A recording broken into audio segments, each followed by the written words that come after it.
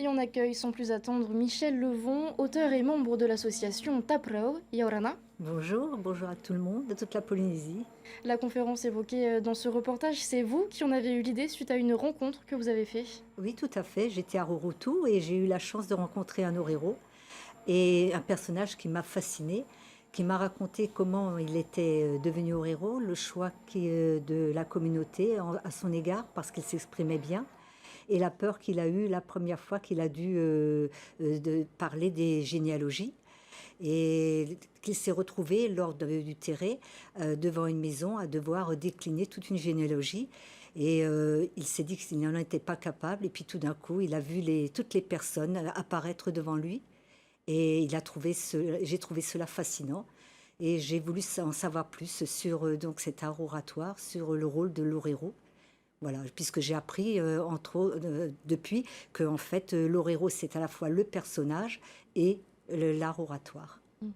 Cette conférence sera l'occasion de réfléchir sur cet art oratoire, sur sa forme ancienne, mais aussi sur ses différentes formes dans le monde d'aujourd'hui. Qu'entendez-vous par là? Eh bien, aujourd'hui, disons que il y a, autrefois, c'était totalement réservé à des adultes. Et à l'heure actuelle, eh bien, c'est entré dans les écoles depuis 2008, excusez-moi. C'est devenu un support pédagogique pour permettre aux jeunes Polynésiens de s'approprier leur langue et de s'exprimer en public en réo maori. Donc, par contre, c'est souvent controversé à l'heure actuelle. Il y a une polémique à ce sujet-là et je voulais qu'on en parle aussi lors de cette soirée. Votre association Taprao a impulsé un autre événement, et c'est le concours d'écriture et d'illustration sur le thème de l'amitié. Vous avez prolongé le délai d'inscription car il y avait trop peu de participants pour l'instant. À quoi est-ce dû selon vous? Oh, je pense que c'est dû peut-être à un manque d'information. C'est pour cela que je suis là ce soir.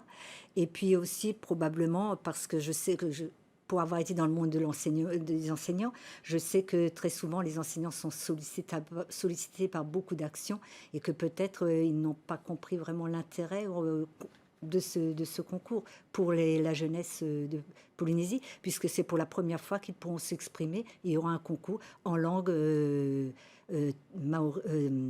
en réo maori et en français. Donc ils ont Et le les choix des enseignants langues. auront jusqu'au 15 décembre, c'est bien ça, pour C'est tout inscrire à leurs fait élèves? ça, oui. En plus du concours, votre association est présente dans de nombreux salons, fait des conférences et intervient dans les écoles, vous l'avez abordé. Votre objectif, c'est d'inciter les jeunes et les moins jeunes à écrire, tenter de leur donner le goût de la lecture. Voilà. C'est un combat de tous les jours. C'est un combat de tous les jours, oui, bien sûr, puisqu'il y a encore très peu d'écrivains, de jeunes écrivains, de toute façon. Ça commence à venir, on commence à en avoir de plus en plus dans l'association, et cela nous fait vraiment plaisir. Mais je pense qu'il faut vraiment que les jeunes comprennent que la lecture et l'écriture, c'est quelque chose d'important pour pouvoir transmettre son héritage et son histoire. Eh bien, merci beaucoup, Michel Levon, d'avoir accepté notre invitation ce soir. Merci. Au revoir.